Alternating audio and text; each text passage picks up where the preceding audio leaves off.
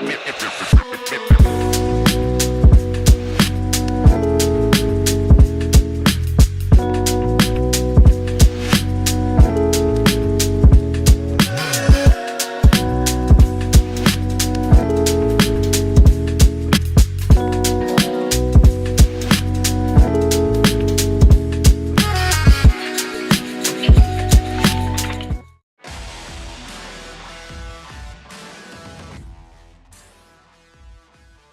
the first time in 4 years, happy February 29th. Happy leap year. I was just thinking to myself, it is leap day, guys. Is Renee going to hit on leap year? Course. I figured you would, but we didn't discuss it prior to the show. You know me well enough to know I'm hitting on leap day because it only happens once every 4 years, so why would we not talk about it? Of course. But of course, on this leap day, we've got a lot going on. It's 100 days until the London series.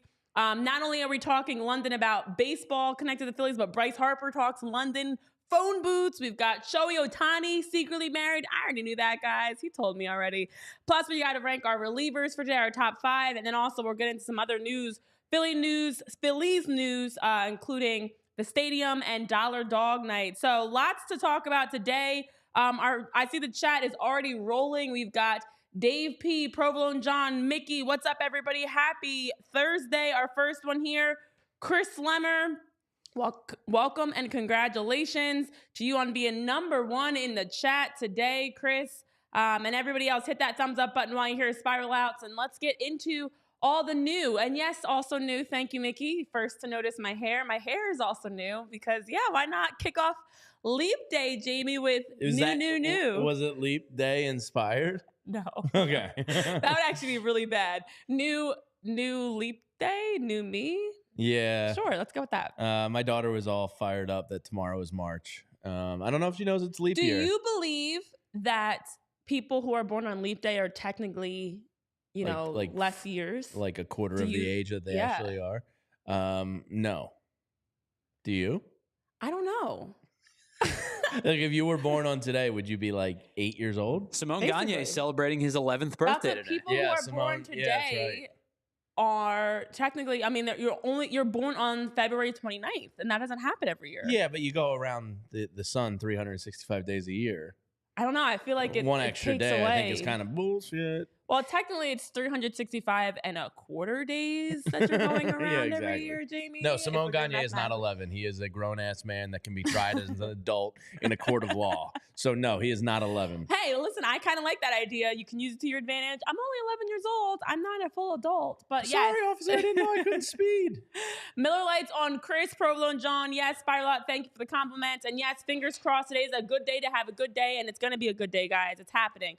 So as we talked about, plenty of news that happened in the last 24 hours. I feel like for everybody, Leap Day brought some chaos because we get an extra day. So we get an extra day of, news and updates to talk about. And we've got plenty to get into. Let's start with yesterday's game because, as we know, for the 3rd time in a row, the Phillies blew a 9th inning lead. Our own John Foley has a fantastic article about the good, the bad, and the ugly from the game versus the Braves. And we also got to see the debut for this spring training of Alec, Bohm, JT Realmuto, and Bryce Harper. And I know I saw, and it didn't even register to me because of when you look back over the years, spring in 2019 wasn't a normal spring for him because, as he joined the team, wasn't a normal timeline. Then 2020, pandemic.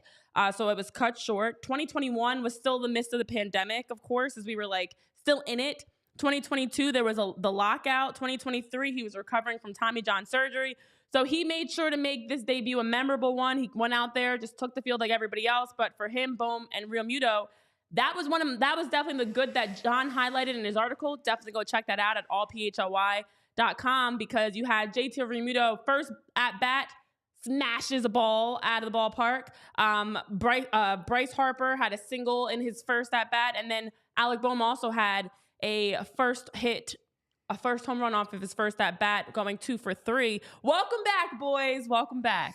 Yeah, I mean, the end of the game is irrelevant because what's the guy's name? Hold on, I have it here in front of me. Austin Bryce is not going to be contributing to the big league club this year, so it's real easy to just throw that out as not mattering. The Phillies smashed the Braves yesterday. Yeah. Is what matters with the starters in. Well, majority of the starters in. It's great to see that from Bohm and Realmuto in debuts. And as Rich said in the morning newsletter and John pointed out in his story, the most encouraging thing was probably just how natural Bryce Harper looks at first base. Yes. He's put in a ton of work with Bobby Dickerson. He's been playing Paco ball. He's been doing all sorts of work at the first base position. And I forget whose story, it might have been Gelb as well, was just saying that the toughest thing for him is not necessarily, diving for ground balls and stuff. It's just mentally being aware of where he needs to be on every play. Remembering he's the cutoff guy on certain hits. They've been stressing that to him. And once yesterday he was able to recover because he's such a good ball player.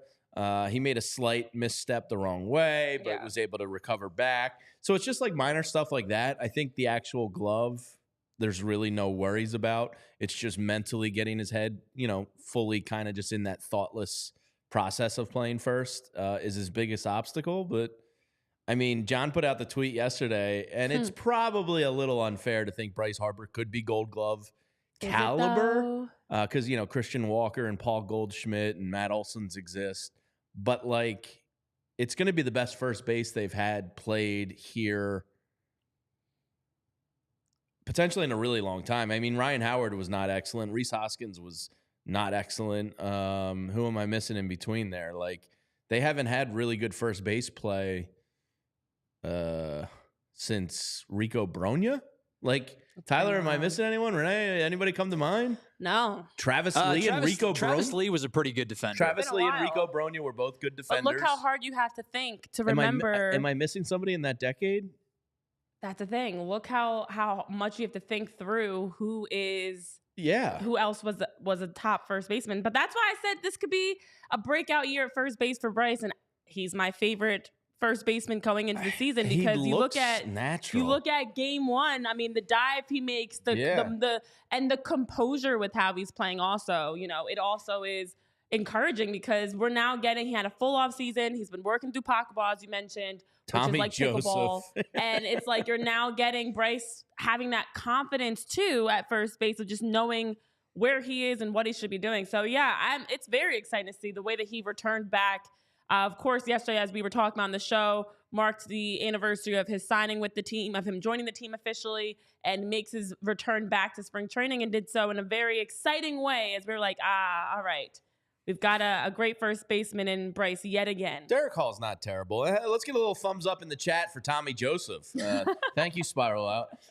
The article did go on to say the hardest thing is going to be picking balls out of the dirt, and the article said it's tough to simulate that stuff. Yeah. But he's so good that I don't think it's crazy to think he can be a top 10 defensive first baseman this year. And maybe even get into the top 5 if he mentally gets there. I always go back to the scene in Moneyball where they're trying to recruit Scott Hatteberg. Yeah. And they're like, you're not going to catch anymore. You're going to play first. And he goes, Wash, tell him how easy it is to play first base. And Ron Washington's like, it's incredibly hard. It's really difficult. It's not a movie. You're not moving a ton, right? You're not roaming gaps in center and left center and right center. You don't need great defensive You're not having, you don't have to be elite level at short or elite level behind the plate or at third base. But I think that the difficulties in first base, at least for me, was its footwork. It's positioning. Yeah. Positioning's half the battle. It is because a lot of times when you go to scoop a ball, it almost is going to look like, wow, what a great play. And you turned your head and you olayed it and you made the play, right? And look what I found type of deal. But if you position your body in the right way, if your footwork is good, if you know how to play the bat, using the bag to your advantage is so significant playing that position. Yeah. And Bryce Harper's an incredibly smart baseball player. He's if he hasn't, he's going to learn very quickly those kind of little intricate details. Playing the position of first base is not physically demanding, but it is almost like a mental battle a little bit. Absolutely. And I know Purple and John's agreeing in the chat, knowing is half the battle. It's a lot of just the mechanics, the mentality is definitely big. Speaking of mentality, we know Bryce Harper's been talking about his mentality that London phone booth classic mentality that he was speaking of. And you have to imagine every time Bryce steps out on the field that he's going to bring that. And he was mentioning how him and JT Realmuto have been actively talking about just staying inside the phone booth. And for him, you know, it's not about even the mechanics specifically. He's like, listen, there are, you know, a lot of opportunities out there. There's swing evaluation from, you know, different companies. There's, you know, other ways to work on your mechanics, your at bats. But overall for him, it starts by staying in the phone booth. And he was comparing it to that red phone booth of making sure when he gets uneven, when something happens, to just stay in it. Jeff Hoffman was actually talking about the same thing in an article I was reading about him, about just wanting to be in the moment and be present. And for Harper, that's that phone booth mentality of if you can master it, he's saying it'll help in the long haul of being focused more on right here, right now. And then that'll help him be able to master and then be able to focus on the other things. But it starts by just being present, being able to stay in the play. So I do feel like we're going to get even the maturity level, as you talk about, Tyler, that mentality that Bryce Harper is going to bring of, you know, mastering his craft, staying in his ballpark, in his window, each play as he's going through it. So I just stay in the phone booth. I like it. Stay in the phone booth, Bryce. Stay in the phone booth. Maybe we should create a Bryce Harper emerging from the London phone booth for the London series coming up in what you said 100 days. 100 days until the London My cousin series. who lives in Germany, I haven't seen him in here recently, but shout out Mike Gidgout, said he's going. He just got his flight over to the London game. You know, it's easy in Europe. He's like, yeah, we're just popping over for the weekend. I was like, yeah, that's nice. Yeah, exactly. But, you know, I stay in the phone booth, Bryce. And as he talked about, we know for many players, he was mentioning, like, he knows when his swing is correct. He knows where he needs to be. He knows where his body needs to be, what his path needs to be. And now it's just a matter of staying in the phone booth. So stay right there, Bryce. Stay in that phone booth. On the other side, something that's very interesting as we keep an eye on other teams going and how they're going through spring training around the league. I know Jason Stark was mentioning Ken Giles, and I want to take it a step further and talk about Chris Sale also, because Chris Sale kicked off his spring training earlier this week, going 2 perfect innings, striking out 4, including he had a 96-mile-per-hour fastball with 18 inches of run. You know, in the last years, he hasn't thrown over 158 innings in a single season since 2017. And then between his return to spring training, in addition to Ken Giles, who, as Jason Stark was reminding us, hey, remember Ken, who hasn't pitched in the big leagues in 4 years, but then against Bryce Harper, Nick Castellanos, and Alec Bohm in his first appearance with the Braves this spring, struck all 3 of them out. So I was thinking Braves got some steals, possibly. Listen, it's spring training. It's very early, and we're not going to get irrational, but Ken Giles and that was Chris a painful Sale. tweet to read. We talked about Ken Giles, Yeah. and you know the Phillies were there scouting his bullpen session like 2 months ago, and we talked about, like, you know, it's kind of a fun flyer to take because if he is fully healthy finally. You know, he had stuff at the major league level, and he was very promising at points and pretty good for 2 or 3 years. I really hope that doesn't work out for the Braves. Hope not. Because if they find I was going to make the Jerry Jones glory hole reference, which is actually oil related, but I kind of talked myself into it. You can't. Yeah. But if they strike gold, I guess I'll say a little 49ers reference. If they strike gold on Ken Giles, that's gonna hurt because it was kind of like a no risk signing. It was just a little bit of financial. I'll have to look up exactly what he got, but it was a minor league invite. It was very low. Yeah, it wasn't even a major league, signing. So like, I really. You know, you pull for Ken because he was a Phillies farmhand and he came up through the system. But like now he's a Brave. It's like I don't want to wish you well. No. Like happy that you were able to work back into Major League Baseball, but not too happy that we want to see you do well with the Braves. So yeah, and my guy. It's not about being scared of him or Chris Sale. Chris Sale's nasty. Look, he is the highest Ks per 9 in the history of baseball. And his like injuries have been. I was gonna say injuries have been the issue. Yeah. So if the Braves end up getting like 175 innings out of Chris Sale this year, I'll be shocked, 1. But 2, it could be a decent move by them. It's not their a definitely. GM, Alex Anthopoulos is a really good GM. So like when you look at it through the scope of his moves, you go, well, shit. If that was somebody else signing Ken Giles, I'd be like, but it's Alex Anthopoulos and the Braves, and they're a really well-run organization. And it does, it's like the Rays kind of in a way. Like the Braves are that good where they make a move, you go, is that going to work? Oh, no. So, hopefully they both don't work. But Chris Sale, if he stays healthy, could be trouble. Exactly. Well, so hopefully the streak ends today with the Phillies 3 consecutive games of dropping the 9th inning. The lineup did come out today, and then the Phillies actually tweeted out a new lineup. So the updated lineup for the Phillies. Sosa has a sprained foot or something? Yeah, Sosa is in the lineup for today. So it starts off Max Castillo will be getting the start on the mound, and then you've got in order for the batting order, you've got Bryson Stott, Trey Turner, Derek Hall, and Mundo Sosa is out there. Garrett Stubbs, Christian Pache, and then David Dahl, who was originally batting last, now bumps up 2 Former spots. All-Star David Dahl. Jake Cave is out of the lineup for today, the starting lineup for today.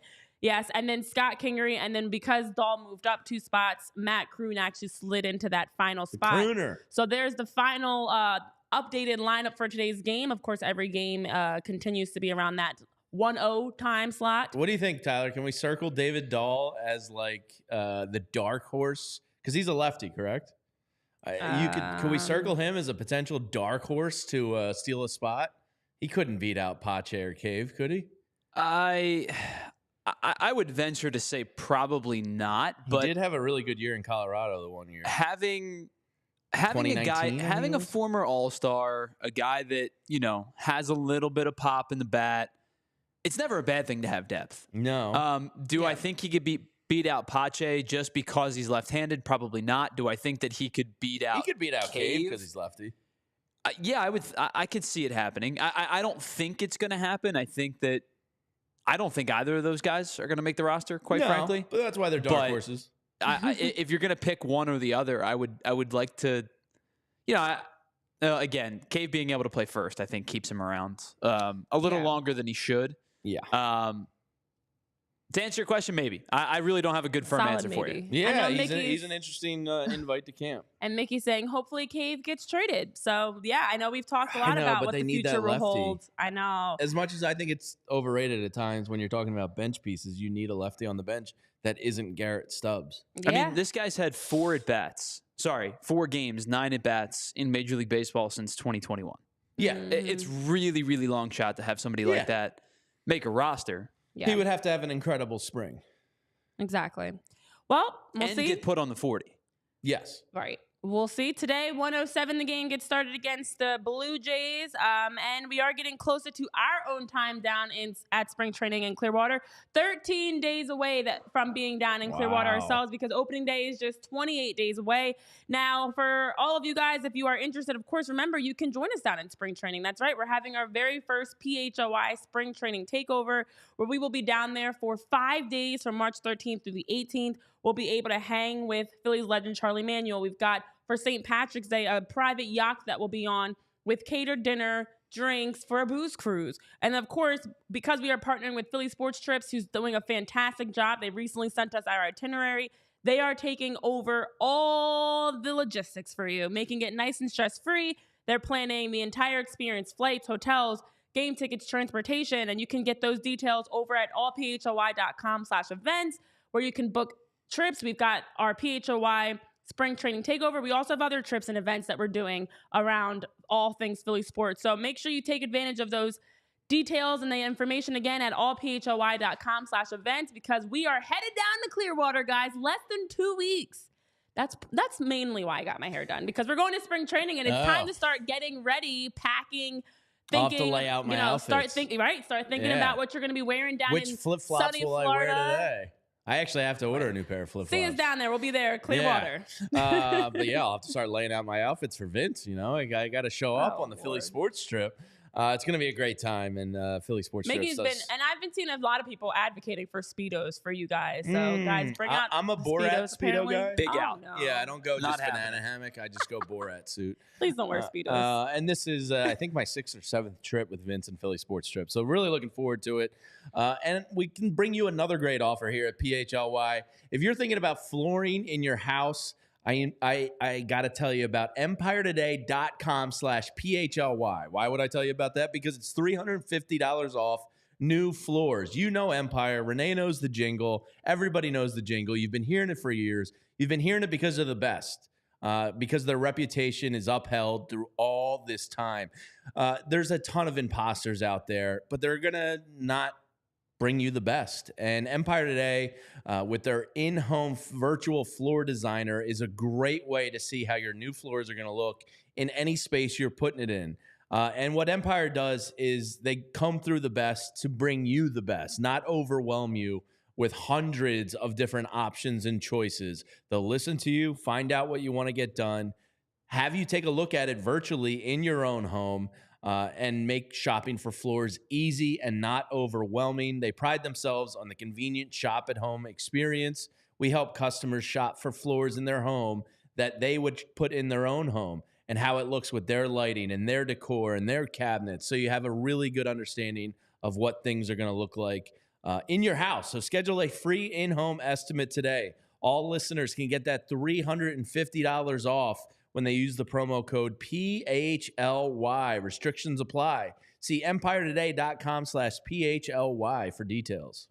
All right. Well, let's keep running through on this Leap Day. Hopefully you guys are making the most of the extra 24 hours that we're getting. If you haven't already, make the most of the extra 24 hours by hitting that thumbs up button in the chat while you're here.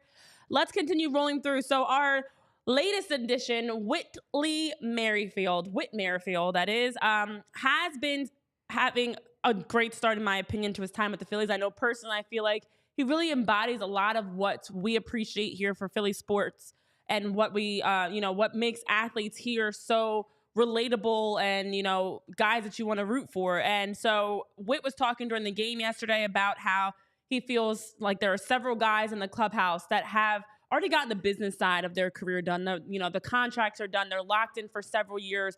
And now they're all on the same page about that major goal, which is winning the last game of the playoffs. And so for him, he wanted to be on a team that had a chance to win. He wanted to be on a team his entire career, he's talked about, that was there on the doorsteps. And Toronto was close, but the Phillies are much closer. And so it's been for him focusing less on results and more on his progression each day, preparing for what he hopes will be the longest season of his career. And with that, he also has been getting some extra reps back at third base, because he hasn't played third base in 7 years. And the Phillies are expecting that Whit, super utility man Merrifield, is going to be able to play a ton of roles for this team. Just adds second base, fuel to the fire. Yeah, I think everywhere. They're moving Sosa.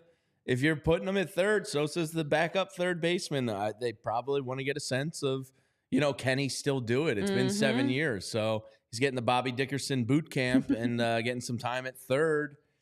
Edmundo, you better step up and have a good spring. Exactly. Either for trade bait or for your own salvaging. Whit is putting the pressure on, because if he's able to slot into these various spots to help the Phillies, you don't really need to have those individual backup guys, because you've got Whit to be able to step into any of those roles. So glad to see that he's getting those extra reps at third base, especially since it has been 7 years since he played there. And so this is the time. Take advantage. Get those extra reps in. I know in the chat, Mickey, you're saying Sosa, you believe Sosa is out. Yeah, I mean, listen, someone's job is up for grabs right now. And I think he's getting traded. Sosa, I think, would make sense because of what you can get for him. So we'll see. I mean, Cave and Merrifield could basically – Cave, Stott, and Merrifield could essentially cover your infield from the bench pieces. And then Cave – that's another reason why, on top of being a lefty, he's probably going to make the team, because he can also play outfield. He gives you a little bit of versatility, which is huge in building a bench. Exactly. All right, and then some other things around the team.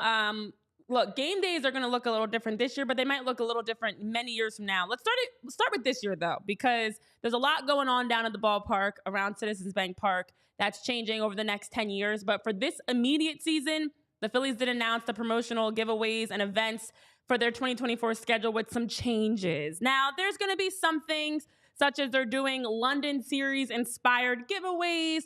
They're doing Coca-Cola Photo Day. But the one that has a lot of Phillies fans not happy, I saw it in the chat earlier in our show, and I know I've been seeing it all over Twitter, is the change in Dollar Dog Night. So now there has been the change for the first time in 27 years that the Phillies are ending Dollar Dog Night. And instead, they're going to have 2 Hatfield Phillies Franks BOGO nights. And yes, BOGO, buy one, get one deals. So instead of getting Dollar Dog Night, you can buy a hot dog and you can get 2 for the price of 1. You buy one, you get 1 free. And with this, the Phillies are trying to as they said, the claim is to have that on for the ongoing commitment.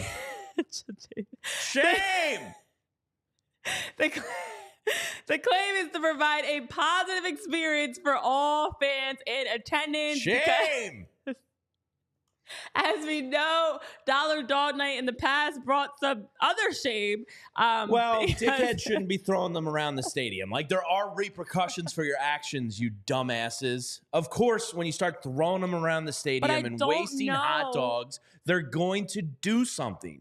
Like, you idiot kids. Back in my day, you could just get your whole row, a bunch of hot dogs, and hand them out, and nobody threw them around, and nobody was trying to go fucking viral. God, you ruin a good thing. Jamie just back in my day does. He did. I did. He definitely did. Back in my day, you could just buy the whole row. Would you like to go shake your fist at clouds, There didn't used to be a line down Ashburn Alley. It got so stupid. Because back in your day, you could go to the vet for $4 and buy an entire section. But for real, back in my day, Hatfield used to give out tickets. When the Phillies sucked in the late 90s, you could buy a Hatfield 8-pack of dogs at the supermarket, and in it would be literal coupons for tickets for free for buying hot dogs. Now we're at buy one, get one. You can't even get a free dog anymore because a dog in there is like, I want to say it's like $4.50 or $5. So now you just went from $5 getting you 5 dogs to getting 2 dogs for probably $5. Yeah. Shame. Yeah. Shame. And half that shame goes to the idiots throwing them around, and half of them goes to this decision. Oh, okay. Because there is repercussions for your actions. You can't throw around hot dogs like a bunch of a-holes. Yeah. Like, I mean, I don't really know. Okay, I know that Cursor said this is why we can't have nice things. Exactly. This is why you screwed up. When people talk about Philly sports fans in general, it's these types of things where there's small groups. And I always say it's not all Philly sports fans. It's not everybody at Citizens Bank Park. But there's a group that ruined it for everybody else because they want to throw hot dogs around. But what I don't, So 2 hot dogs for $5. BOGO's going to change it, I guess, because you're paying more. You're paying $5 for 1 hot dog and getting a free one. So you're getting 2 hot dogs for $5. So you're less likely to want to throw a hot dog because you paid more? Because you paid $2.50 for it. I mean, I guess that's valid. Yeah. It'll work. Nobody's going to throw, in this economy, Renee, nobody's going to be throwing around $2.50 dogs. If you need a reason to laugh, Tyler's got one for us because this tweet went out that Jamie found. Jamie, I'll let you do the honors. Shout out to Jeff McDevitt on Twitter. He's a really funny follow. Put this one out. Gave me a nice little chortle before the show. Chortle. Yeah. As we all remember, the infamous Fanatic lawsuit of 3 or 4 years ago when he had to temporarily change before they settled, and they gave him some eyelashes and some blue hair in his tail to slightly change it. So Dollar Dog Night versus BOGO Dog Night. That was a good one. Trevor, you're saying throw batteries, not hot dogs. No, throw nothing. Don't throw anything, guys. Yeah. We're still dealing with the batteries that people are still remembering. Shame. Snowballs, batteries, hot dogs. Stop throwing stuff is what it comes down to. We had the light up bracelets at the Flyer. That was Ed Snyder night. That was actually a pretty embarrassing night for the city. While we're on the discussion of frustrating things. Oh wait, actually I almost forgot. There's more changes happening in the city, guys. If you haven't already heard, which I'm sure you have, changes down around Xfinity Live now.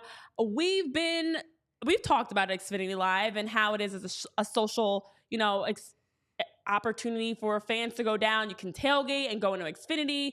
Especially if you don't feel like paying to go into the games. Maybe you go and you just hang in the parking lots and you go to Xfinity, which is typically very crowded. I know we've talked about it because the crowd there in general is pretty young. And so there's opportunity because it's so unique what is around the Philly sports complex of having all teams there, and that's the hub of it.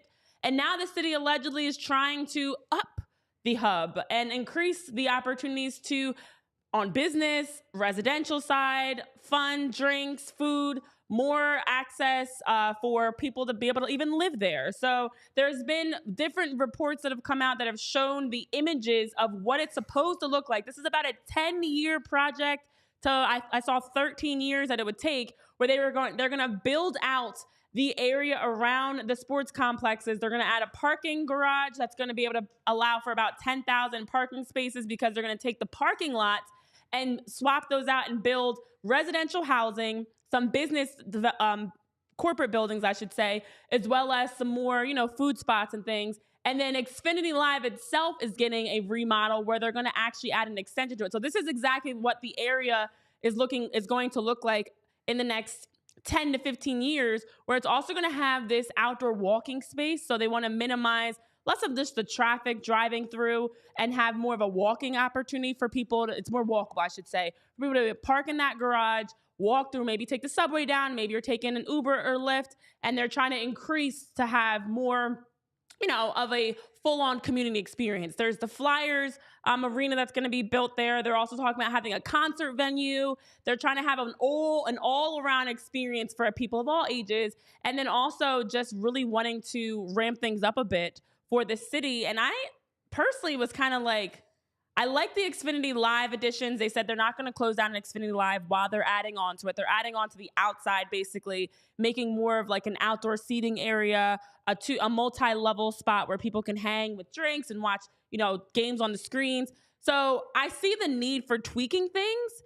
You're not getting around traffic down there, because traffic is always going to suck coming in and out of Packer Ave. Well, they could attempt to. But a garage would add more parking, which I like. But then I know people are saying, wait, what about our tailgating spots? Like, the lots are going to be now buildings, and that's part of the experience too. You go down, you hang out in the lots, you're tailgating. So I like the concept. I know people are saying it's just a reason to try to keep the Sixers there.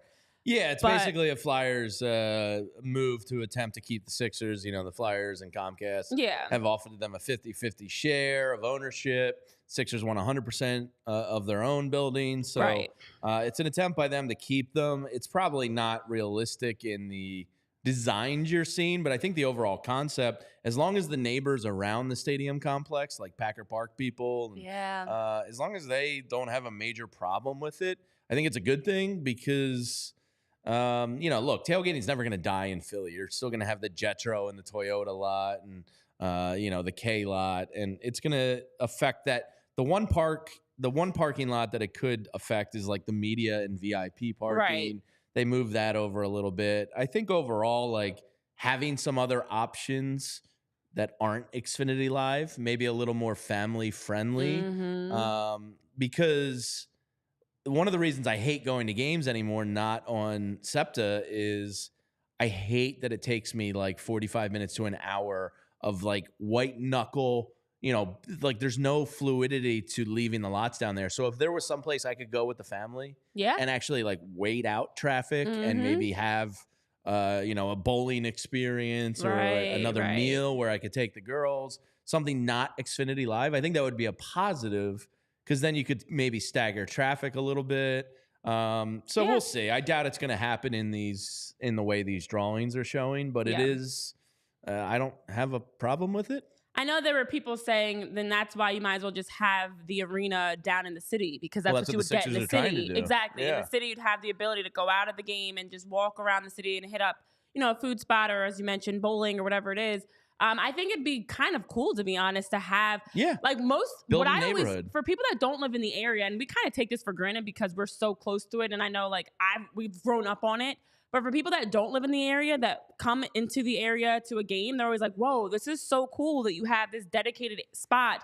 Chickies and Pizza's not far. Xfinity's but it there. Needs more. But it does need more. And I feel like now's a great time, because there's, first of all, the Philly sports teams in general being so, successful in their respective leagues. There's more, even like a team like the Wings coming into the mix. There's more teams. There's just more opportunity there too with that. So to add in a space, as you mentioned, for all ages, because Xfinity really is like that college, fresh out of college age. Yeah. It's not really, you're not going there with your kids and your family for sure. No. But even like But you us can't take older away. folks that want to like sit down and maybe watch the game, it's not giving. No, I don't want to wait in a long line of. Oh my gosh, it's terrible. Like the bathroom situation. Like, here's the thing with I don't want me. to hear If I about go the to an bathroom. establishment where I can't get It's to the worse bathroom with us. easy or get a drink easy, I'm going to have a bad time. And nothing against Xfinity Live. I think it's fine for what it is, but it gets overcrowded anytime there's an event there. So more events or more places to go down there, the better. But you're never going to take the tailgating out of Philly. So No. you have to make sure you're not going to like impose too much on people's tailgating. Because that's still my bread and butter. Yeah. Like I'm going shout out Game Time. Going to a Thursday comedy show next week at Wells Fargo. And like we were all talking because everybody works 9 to 5s. It's like, well, dinner's out. Like maybe we could. And I was like, how about we just tailgate? So we're tailgating a stand-up comedian. I love that. So like we're just gonna grab some Wawa hoagies, and basically a case of Miller Lite, and just stand at our trunks. So you can't. Don't step on the tailgaters' toes. Well, I think it would and the add, neighborhood locals. And like other than that, I don't have a problem with it. that's the thing. Like, don't mess with the neighborhoods, because that's a big part of it too. And then also the convenience of being able to take the subway is already there. So now if you add more, as you're mentioning, you can tailgate, but you can also pop into maybe a bar or a food spot, because it's hard to even get into Xfinity, especially during the game. The line is ridiculous. And then once you're inside, the lines are ridiculous. So to add more spaces around there, I think it actually will just help the area, the economy in general. It's going to be pretty costly, but Chris Slemmer said they're doing the same thing down in Baltimore, because they're M&T Bank Stadium and Camden Yards are relatively close, but like kind of worlds apart because of how like disjointed the area is. So I think they're trying to do the same thing where there's like a more connective fan experience between the two stadiums. Yeah. You guys have good ideas. I mean, as you were mentioning, Jamie, Trevor's agreeing, having like a PJ's, something that's more family oriented. Maybe it's a sit down spot where you can go with the kids. I'd and love grab to wait some out food. traffic. I'd love to. Having a good spot to watch the game. That's not, that's a little bit of a family oriented demographic versus just like an Xfinity. So I'm all for it. I know, Henry, you're talking. You're not. It doesn't seem like you're for it, Henry 3000. But happy to have you here nonetheless. Henry's against the downtown stadium and the additions to the parking lot. So I don't know what Henry. Honestly, a lot of people are. Hey, this is a tough decision. It's like a weird change to think about, because this is taking what we've known for so many years and making it look completely different. But I feel like in the long run, we will like it. And as you mentioned, Jamie, the beauty of this all is when you're now down at the new complex, if it does actually pass and you're sitting down with your family, maybe you want to grab some tickets and go into a game or a comedy show or a concert. And with the Game Time app, you can do that just exactly as you did the other day, Jamie. It's nice and convenient and easy. You download the Game Time app, and on your phone, you can now easily find tickets. They are also constantly updating you when they have new tickets that are available or ticket prices that are lowered. And so through the Game Time app, as you download it and use that code PHLY, you're able to get $20 off of your purchase with the Game Time app. The Game Time app just makes it a lot simpler to buy tickets, to also see where you're going to be seated. And they've got the full gamut of sports and entertainment, comedy shows, concerts, games, whatever it is that you want to go to through the Game Time app. We can't promise the game won't be stressful, but we can promise buying tickets will be. So again, go to the Game Time app, download it, use code PHLY, get $20 off your purchase, and now see where you're going to be located for your seats. But also when you show up at the door, nice and easy to scan those tickets, get inside, and have some fun. That's all through the Game Time app, the place for last-minute ticket deals. Mickey in the chat is saying Washington and Pittsburgh did great jobs. They did. I stayed in a hotel in D.C. for a wedding not long ago, and the rooftop bar looked right in center field at the Nats Stadium. So, I mean, there are some positives from that. Another positive I can tell you about is Wheelhouse Cards. They have two great locations in Wayne and Westchester, and they're our go-to sports card gift and apparel shop in the Delaware Valley. Their motto is cards and community, because the love of sports unites us all. And they carry all your favorite card brands. I mean, man, cards are so hot right now. Like, I just saw this story of a guy finding an entire box of 1979 rare hockey cards that's worth like $1 million because it's all unopened and pristine. The card market's crazy right now, and you got friends in the card market at Wheelhouse Cards. Not only are they cards, but they also have a ton of great gear and apparel.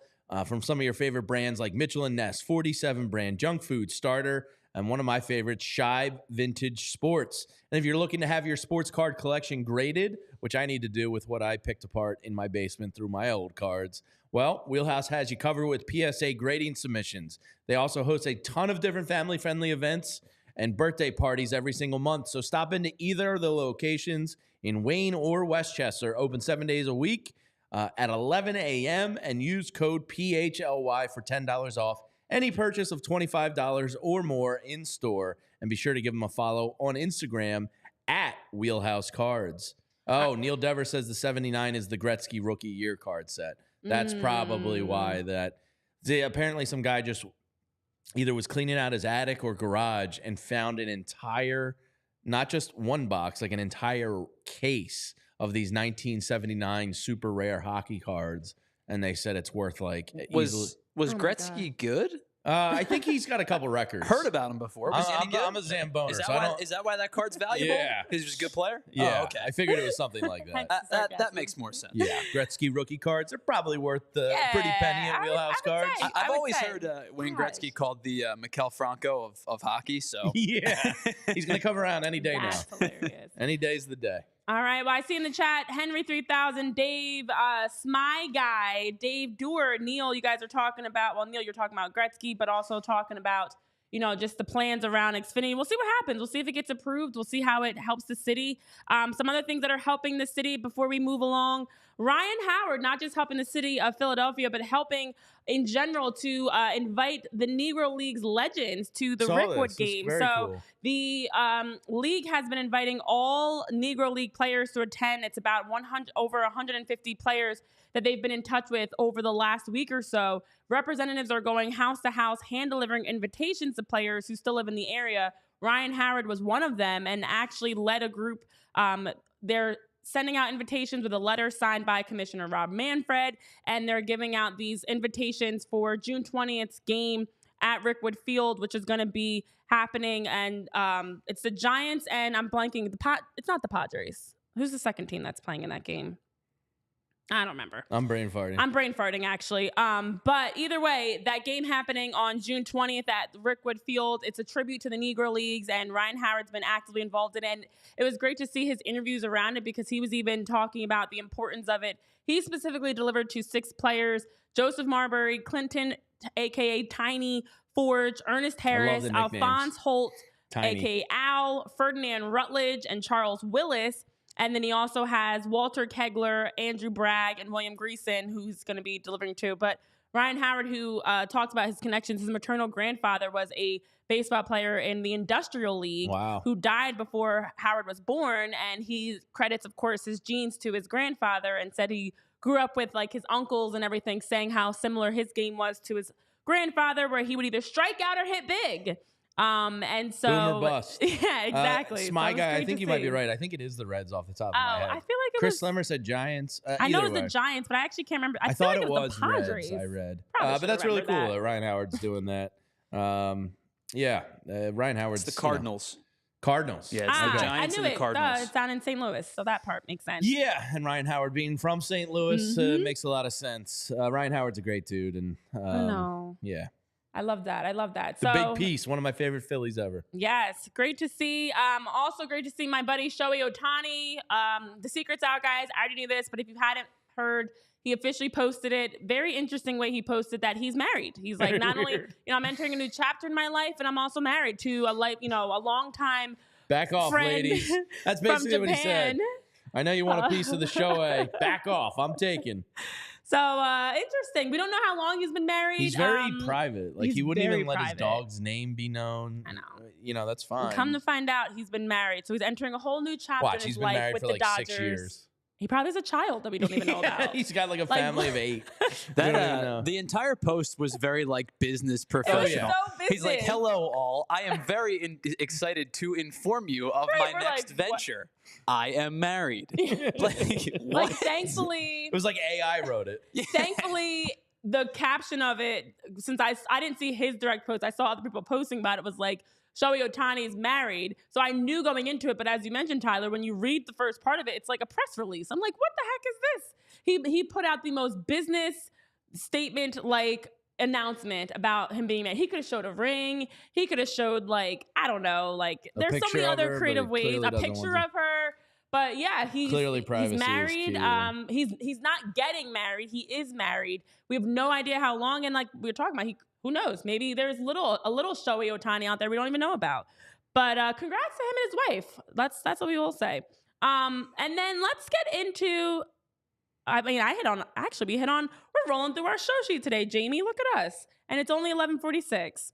Well, that means it's time to start the top 5 bullpen arms. It is. We'll get into some other information around power rankings and things like that mañana. But we have to get through our top 5 relief pitchers. This list was very difficult, and as we've been doing every single episode, we are talking through projections for 2024. For those that are new, just a quick disclaimer, projections for 2024 as to who we feel like is going to perform as the top 5 in their respective positions. We're actually getting to the end of our list. We've already ran through the entire outfield, infield, and now we're getting down to the nuts and crannies of bullpen arms. So for relievers, it was tough because there's a lot of different names that you can throw in. It's like, do you have a middle inning reliever? Do you have a closer? Right. Like you don't know middle reliever versus closer versus, it's just a lot. So I struggled with this, but I had to just lock in on my top 5. And I'm starting my number 5 off with Edwin Orlando Diaz. Nickname, in the chat, you were talking about nicknames. Nickname is Sugar. So for Edwin Diaz, who, we've seen progress as a reliever. Now for him, he has been an all-star closer. He's had injuries that he's dealt with, a knee injury that he dealt with. Of course, that was just shattering for the Mets to have that knee injury that ended his season. And for Edwin Diaz, I do see him getting back to what he was prior to that. So far in spring training, there's been some positive notes about how he's been getting back, how he's been looking, how he's been progressing and coming off of that injury. Now, for Edwin Diaz, who just 29 years old, after missing this season, he's been talking about how much he can't wait to get going and how excited he is. And I think we're going to get to see him be more of that level of what we saw in 2022. Coming out of 2022, he's one of the best relievers across the league. Cy Young, MVP votes. He had a 1.31 ERA, and he was supposed to continue that into 2023. But not only does he have one of the best walkout songs, but he definitely is one of the best talented relievers. So back in the fold this year after having that 2020 season of the 1.31 ERA, 32 saves, 118 strikeouts, and a sub-1 whip. Edwin Diaz starts the list off for me at number 5. Sugar. Yes, I am not afraid to admit the trumpet entrance is cool. I know he's a Met and it sucks, but like when the stadium gets what's the guy's name? Timmy Trumpets or something like that? Man. Whatever the hell his name is. It's a pretty cool entrance. I'll give him that. So I'll get it started with my number 5, and that's now Tyler. Yoan. Look at you. I did it. I'm so proud of you. It's just like Yohan. Duran. It's like Yoro. Yeah, it's just like Yoro. No, it's not. Duran. No. Rojas is Johan. Yeah, this is but Yoan. You don't say the H as much, but it's Yohan. Yoan. It's not Yohan. No, it's Yoan. But it's Yoan. But it's similar, at least. Yoan Duran from the Minnesota Twins. Part of the reason why the Twins have a lot of excitement out there this year. They have a pretty good ball club. Still pretty young in his career. Only pitched 2 years now. I'd like to see his whip drop a little bit. He was a little bit north of a 1.1 whip last year, but his ERA 2.45. His WAR was basically a 2. Pretty steady 67 innings there. Decent strikeout rate. He ranges in the 2 years between 33 and 37% there. Very low walk rate. His walk rate was down around 8%. Just an up-and-comer that I think is on the verge of being a, baseball nerd household name. Yoan Duran is my number 5. Yeah, really, really difficult. It is tough to pick. There's like 10 guys that There's 2 or 3 that are kind of locks, and then everybody 15 else is guys you could kind of make a case for. Agree, and I think it's what's also difficult is playing for your third team in 3 years, and I'm interested to see how this guy responds to it. I expect it to be pretty positive because he's been good in every year of his career except one. I'm going to start with Josh Hader at number 5. A really rough 2022 for him, and quite frankly, it was really just a rough couple of weeks. Like the June-July period in 2022 where he really struggled. And guys, if you remember, it almost feels like it started with that game-changing ninth inning against the Phillies, where Alec Bohm and Matt Vierling went yard and beat him, and it seemed like he just couldn't get out of that funk. And he finished with a 5.2 ERA over 2 teams in 2022. Last year, bounced back extremely well, like we expected him to, a 1.28 ERA, 33 saves, his 30 saves for the 4th time in 5 seasons. This guy really limits base runners other than that 2022 year, a 1.1 whip. The strikeout rates are off the charts, 85 strikeouts over the course of 56 innings pitched. It's almost 14 strikeouts per 9. He's at 15 for his career. He's going to be 30, and he enters his year 30 season. And I feel like he's been in the league forever, and he's only 30. I'm going to go Hader at 5, and everybody above this, there's one justifiable reason that I'm going with them above Hader at 5. Okay, interesting. Moving on to number 4, I'm going with 26-year-old Yohan Duran, who has, in the first 2 seasons, really hit the majors. His first 2 seasons in the majors really hit the ground running. And I agree with a lot of what you said, Jamie. And just to echo, when you look at the numbers from his first 2 seasons, Yohan has had a 2.15 ERA, a 1.05 whip, 173 strikeouts, 41 walks, and 130 innings pitched, and progressed to have a great 2022 season of a 1.86 ERA, 89 strikeouts in 57 games, and then follow that up with a 2.45 ERA, 84 strikeouts and 27 saves with a 1.14 whip. He has really been able to be consistent, which is tough to do, especially in the first 2 seasons of some great numbers. Listen, Yohan's pitches alone that he throws, and his team was talking about, his catcher specifically, but his team was talking about, he's got one of the nastiest pitches that you've seen. That fastball, splitter, sinker mix that he has that has the ability to hit around 104 miles per hour. He has some really, really dirty stuff that he's throwing. And so Yohan, 26 years old, still very young and very talented in how he's kicked off his first 2 seasons in Major League Baseball, which puts him on number 4 because I think he's going to continue that into 2024, guys. MBD, you are nothing if not consistent in your hate for Blake Snell and Josh Hader. Haterade continues. Yeah, kudos MBD, to you, BDBF. MBD. I'll take the baseball opinion of the Houston Astros over you. No offense, but I thank you for being in here and hit that thumbs up button. And spoiler alert: Josh Hader is in my remaining 4. Yes. I know you hate him, and I know he didn't take the ball late and wouldn't go several innings and all that stuff. But I think he's got a loser attitude. Oh yeah, absolutely. Not to mention he's kind of a POS on top of it all. And we're going based off of numbers and their baseball performance, not based off of who they are as people, because otherwise there's been a number of guys we've had in our top 5. So number 4 for me, I'm going to go Evan Phillips from the Los Angeles Dodgers. Another annoying reason about the Dodgers is Evan Phillips probably isn't even mentioned by a lot of people in terms of great bullpen arms. He's entering his 7th year in Major League Baseball. I guess you could say last year was his put him on the table, welcome to the party. MBD, keep it up. Last year was phenomenal. His whip last year was .832. That is absolutely filthy. Just north of 60 innings pitched with 66 strikeouts. Basically stepped into the closer role when he wasn't supposed to be that. Ended up with 24 saves on the year. A 2.05 ERA, pretty much a 2 WAR, and Evan Phillips really kind of cemented himself as one of the top bullpen arms in baseball last year. I was coming off of that dad strength. Shout out to Evan. He almost was in my top 5, but I was being a little biased because his wife is phenomenal and a friend of mine, and they had their first son. Yeah, I'll have to see if I can reach out and get. You'll have to tell him that he made our top 5 bullpen arm. Did you see the probably the news? greatest honor of his career. Well, when the Phillies play the Dodgers, we have a guest. You gotta use your connections. Basically, you gotta use what you got. But they just had their first child, their son Bo, last year. So maybe some of that dad strength kicked in. Nice. Shout out my to daughter's Liz. got a friend named Bo. We have a Bo here at PHLY. Yeah, Bo's a booming. Bo's are booming.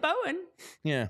So that's my number 4. Who you got, Tyler? All right, guys, I'll make it 3 for 3 on this guy. I'm going to go Yohan Duran at my number 4 spot as well. When we talk about, Renee, you brought it up earlier on in your list.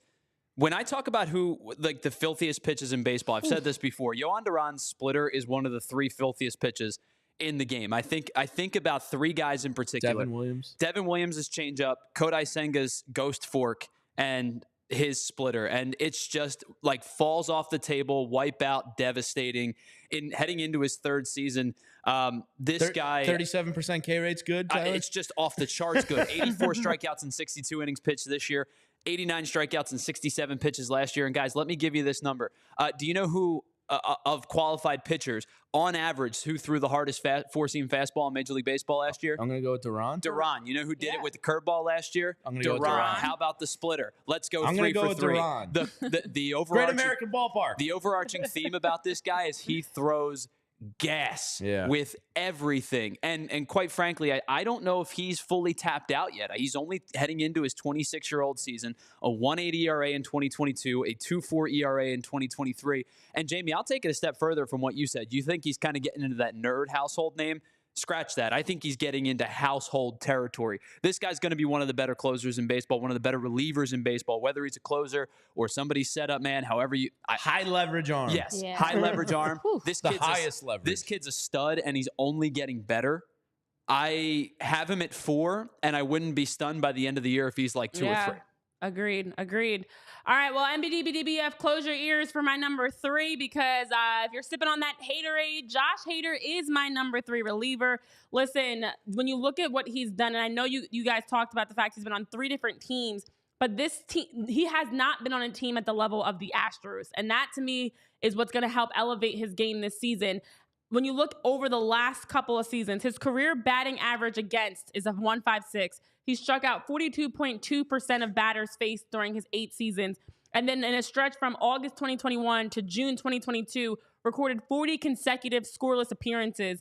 Josh Hader is among relievers with at least 40 innings pitched, second with a 1.27 ERA of last season, third with that 38.7% strikeout rate. As much as you may not like who he is as a person, who he is as a pitcher, as a baseball player, is phenomenal. And I think with him being with the Houston Astros, just to add to what you guys mentioned, actually will only elevate his game because you are, much like Whit was talking about with the Phillies, a part of a team that's in a win-now position, which will allow you to mature and elevate your game as well. So as much as you may not want to like it, I think 2024 might be a big season for Josh Hader, guys. Yeah, I'm going to also have Josh Hader at my number 3. Knocks against him is he doesn't want the ball for multiple innings, put guys on base with walks. He had a career high 13% walk rate last year. The counter to that is his strikeout rate is tremendous. It's been 46 and 47%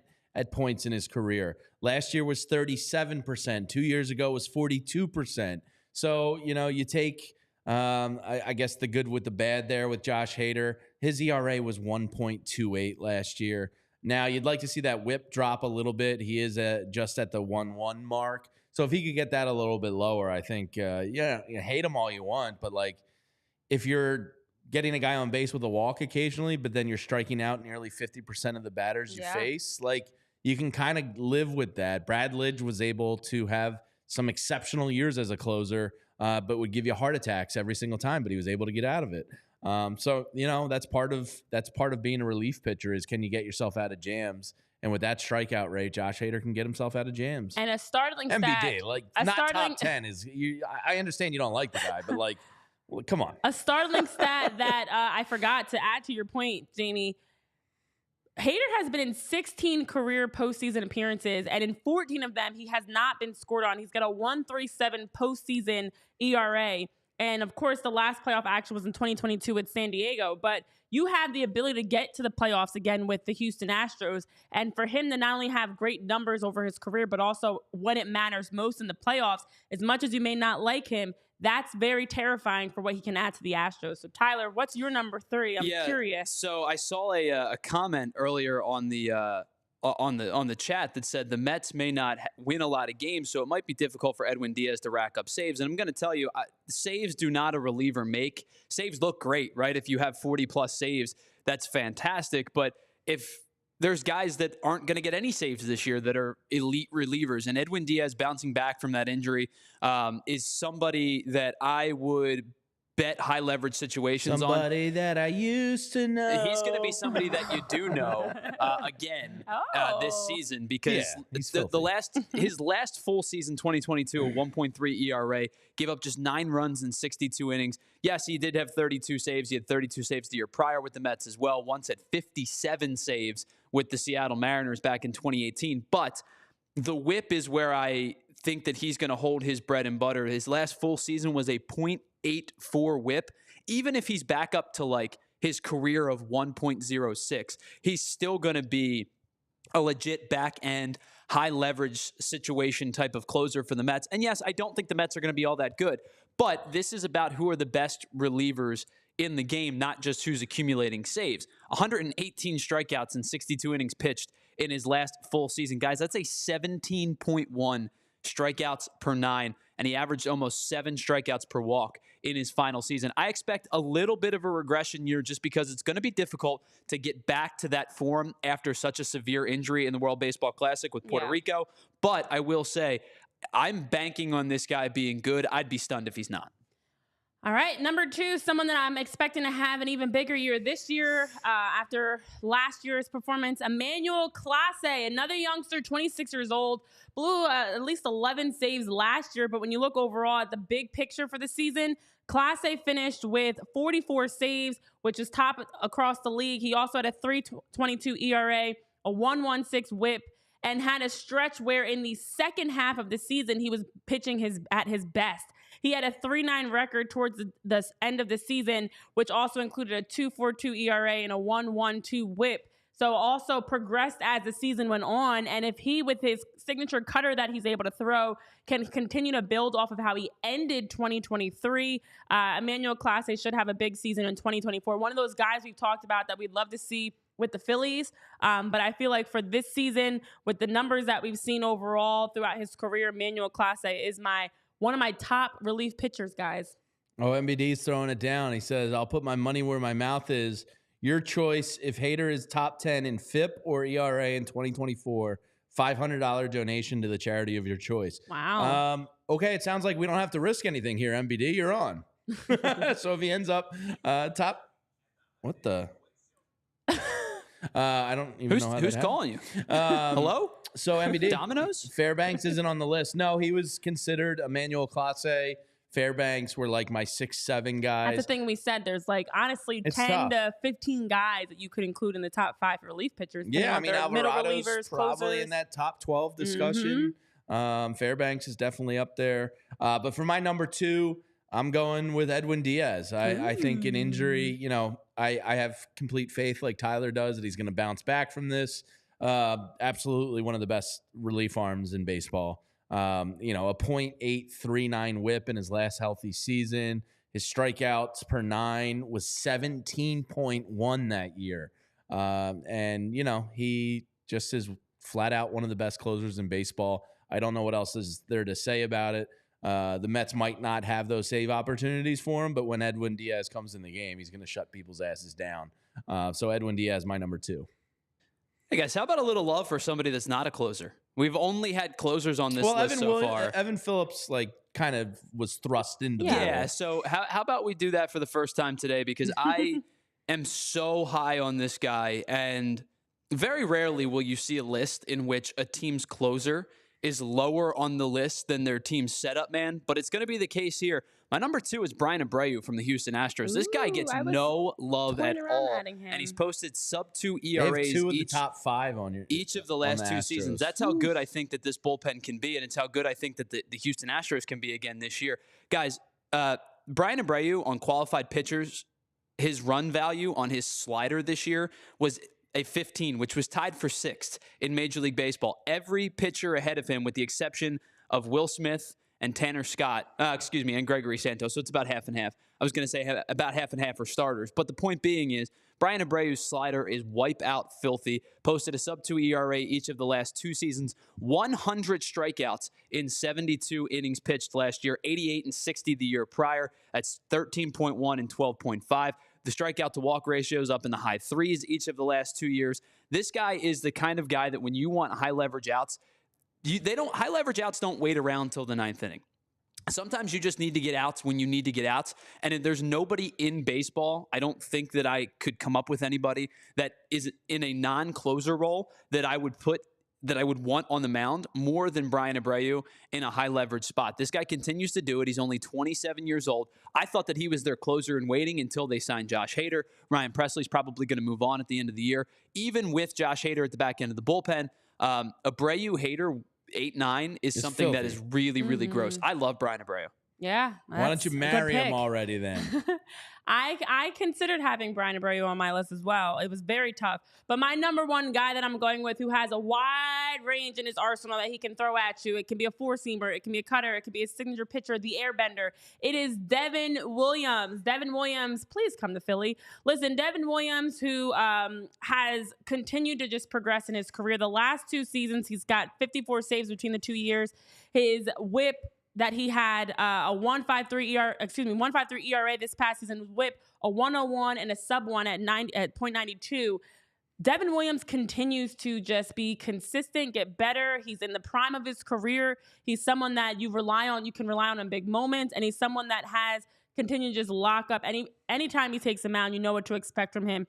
And he relies on his airbender 57% of the time. It averages about 84 miles per hour. His changeup, you never know what he's throwing your way. Devin Williams, I don't even know how much I could possibly say about him except come to Philly. Definitely still the top guy, in my opinion, across the league. Yep, no surprise here. Devin Williams, my number one as well. When you have one of the nastiest pitches in baseball, on top of some of the nastiest statistics to back you up, 0.9 whip last year, 87 strikeouts in 58 2/3 innings pitched. Wild. Case closed. Okay. Mic drop. All right. Fair enough. 3 for 3. Let's move on. It's Devin Williams. To me, we just talked about those the 3 pitches that I think are the best in baseball. If I had to choose, I'm picking Williams' changeup. It just like it defies the laws of physics at times. And his run value on his changeup last year, I believe, finished 4th in all of Major League Baseball. Number 1 on that list was Logan Webb. As a starter, used his changeup 42% of the time, which is just insane. That's nuts. But he actually, finished 3rd. Devin Williams did. There's not a whole lot to add that you guys haven't already added. This kid's filthy. He's only 20, going into his year 29 season. Yeah. 1.9 ERA 2 years ago, 1.5 last year. He has not had a bad year yet, and it was why Milwaukee was so confident and so easily moved on from. I guess we're really just making MBD's point here of moving on from Josh Hader so confidently. Devin Williams is a freak. Well, yeah, it's easy to move on from Josh Hader when you have the airbender coming up behind you and young and cheap. But again, like Chris is saying, and like I stressed, what would make this top 5 even better, finishing with number 1, comes on over to the Phillies at some point. Yeah, please, But Milwaukee, that's suck. all. And That's all. request a trade out of there, Devin Williams, please. Class A was, number 2 for me. But He was number listen, 6, Class A for me. the list for top relievers, very tough because as we talked about, there's so many guys, depending on if you're looking at closers or, where they are in the order. There's a lot of names, but there's also a lot of names for Guess That Stands. We are getting down to the final days of Guess That Stands. Final 2, Renee. I know. It's happening, guys. We are winding down. We've got more trivia games and fun games that we'll be adding into our arsenal as we move forward, but we are in the final 2 days. It's been difficult. Yesterday was like a 12 out of 10 in terms of difficulty. Tyler, what's today's difficulty? What do we got? I would say that this is probably a 7 difficulty. Okay. Well, we are at the bottom of the barrel here, so I guess they're all going to be kind of hard. We're now dealing with guys that played less than 60 games in a Phillies jersey. Ooh. No, this guy played more than 60 games. Woohoo, okay. Little chunk. Yeah, and that's definitely a shorter guy, right? He looks a little Looks pretty stumpy. short. Looks like a little either a baggy right-handed? jersey or that's right-handed. Yeah, it's a righty. Although That might it be is the back to us. Is this back to us? Yeah, I think that's one of the easier ones we've actually ever done. And he actually looks like a righty. Also, guys, too, I know it's hard to tell, but the one thing that you've not utilized on these images is you would see an ear flap if their back was facing you. Because remember, the Major League hitters only use one ear flap for the most part. But it's like hard to see with the Yeah, I get it. I'm not saying it's the easiest, but I'm saying like it would be a little bit more defined, I think, So if there was a second ear flap. Okay, so you're saying he is a righty. Kevin, I agree with you. It did kind of remind me of Carlos Ruiz, but we did him early on. That's what I was thinking of too. Yeah, and sadly. Dave, Jake Cave was a 7 because he's currently on the team. Probably if he had played like 5 years ago, he would have been a 9. Definitely some baggy. Who's short clothes. and chunky? And like his uniform's not a great fit though. Looks like Harmon Killebrew. Ooh. Carlos Santana is actually a good one in terms of a name that we haven't used. I would have told you if he was a switch hitter, though. This is the former player. No, it's the fanatic. I mean, Yes. it's not a current guy. Oh, okay. I get what you're saying. I'm sorry, he's not a current player. No, it's Jamie with a batting stance. Like what? Yeah, it's from 2006 to present, but I feel like this is not a guy that's on the team right now. And you said he played a lot of games for the Phillies. More than 50. I mean, I'm not going to say he played 1,000. Okay. Fair enough. I feel like this is a catcher. Okay. We did Marlon Bird, didn't we? Yes, Yeah, I believe think so. we did. I'm going to go. For some reason, Gonna this go just with the feels Rays. like a catcher to me. This guy played just about 300 games for the Phillies. Oh, boy. All right, I'm just going to fire because we're already over our time limit. Yeah. I don't feel confident about this.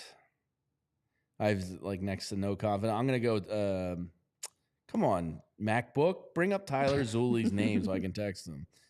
This guy was too tall. My guess. I know That's I'm the thing. wrong. I can't think of I something feel that's like this smaller. person's short, and I went with something. All right, kinda Jamie's tall. answer's locked in. I'm just gonna. Oh, dang it. Okay, I'm between a couple, but I'm. Oh, me and Trevor. Don't look. Oh, well, that's not fair. I know. I didn't mean to say it. Dang it. Danny Okay. Tartable. Yeah, Marlon you Anderson, I think we used. Sal Fasano's not a bad one. I feel Okay. like this is a Tyler, catcher. I'm gonna try to text you. Okay. Let's I'm gonna do go it. with somebody random. All right. I think I'm okay. It's happening. This is happening. All right. Ah. Any day now. Okay. But I don't Although today's not a real day, so you can do whatever you want. Today is a very real day. Happy birthday to everybody who. Are we paid for today, or does this not really exist in the pay scale? Oh yeah, do we get? Is it considered? Is it an extra day Just of holiday pay? work? Yeah. Fake day pay, where Just- it's like 3 times your normal rate. That would be great. Fake day pay. All right. Renee's answer's in. Both really good guesses. Oh, thank I will you. tell you, both very good guesses because the builds were right. Is it a catcher? It is, in fact, a catcher. I knew it. So, Renee, your answer of Jason Nix is incorrect. No, I was. Gonna wow. Jamie, Jason Nix. you were on the right position, but the wrong player. Jamie sent me Eric Kratz. Not a single person got this one right today. This is a guy that looks like he should either have hit 30 home runs a season or have been in Game of Thrones, and he did neither of them. It's Cameron Rupp. I thought it was too small to be. I really thought this was somebody under 6 foot. Kent And so I was looking at that 2012 Cameron Rupp. roster era because of the jerseys and everything and the size, but I felt like Cameron was too tall, but he looks, I guess it's just zoomed in. It looks shorter than what I just really didn't think it was somebody over 6 feet, but okay. All right, guys. Well, this has been fun. I'm glad nobody got it right, guys. Listen, tomorrow's our day. We're going to end this game on a high note. We're going to all guess it correctly, or at least somebody's going to guess it correctly.